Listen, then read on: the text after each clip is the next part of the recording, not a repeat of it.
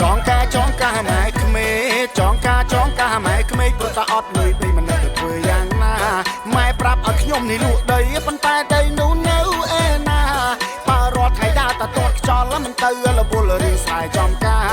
តែម៉ែមិនបាច់អភ័យទេចាំកូនសរេទាំងដើមរៀនការកូនមកនេះកូនរៀនសំគួរដាក់ឲ្យតិចព្រោះតែកូនមានការកូនស្រឡាញ់កូនម៉ែឲ្យពេលក្រៃតែមិនហ៊ានលោកលៃសួររឿងខាន់ស្លាតើម៉ែក៏យ៉ាងឲ្យមិនដែរបើសិនជាកូនចង់ធ្វើកូនភាសាតែទោះកូនមិនទាន់មានលុយអង្គុយធ្វើមុខស្អុយមិនដឹងធ្វើយ៉ាងណាកូនដឹងច្បាស់ថាកូនម៉ែសតតែមួយដឹងតាំងពីបត់មុនកូនឲ្យលក់ចាប់ព្រួយឥឡូវរបាវិធីល្អហើយសម្រាប់ថាអញ្ចឹងហើយទើបកូនមិនសូវព្រួយជាងបត់មុនចេះងើបពីក្រុនតែសវេសវ៉ាទៅរកនេះអូនមិនមែនកាន់ដបស្រាថាទៅរកនេះអូនមិនមែនកាន់ដបស្រា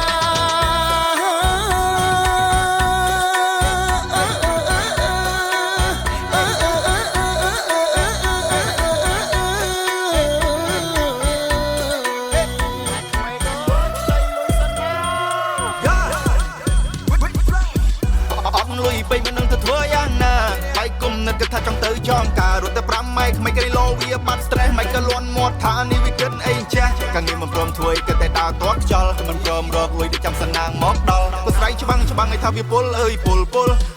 មិនដឹងវាគិតអីទេម៉ែដឹងកូនផងអីកូនទាល់ពេលសុំតែគ្រានេះម្ដងខំនោះខំឲ្យកូននេះខំរាល់ថ្ងៃនៅតែគ្មានបានអីនៅតែជាប់ចំណងម៉ែសាក់គិតមើលបាបថយមួយក្តារចំណេញបានកូនភាសាទុំជួយយកបាច់ខ្នងមិនត្រូវខ្លាចជាអង្គញាផងនិយាយពីថាគឺអែមណា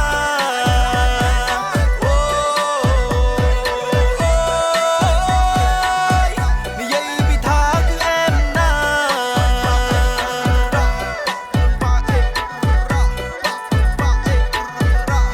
ចងការម៉ែក្មេចងការម៉ែក្មេព្រោះតែអត់លុយពេកមិនដឹងទៅធ្វើយ៉ាងណាម៉ែប្រាប់ឲ្យខ្ញុំនេះលក់ដីប៉ុន្តែដីនោះនៅឯណា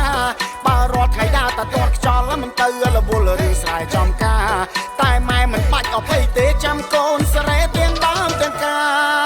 រចងការម៉ែក្មេចងការម៉ែក្មេព្រោះតែអត់លុយពេកមិនដឹងទៅធ្វើយ៉ាងណាម៉ែប្រាប់ឲ្យខ្ញុំនេះលក់ដីប៉ុន្តែដីនោះ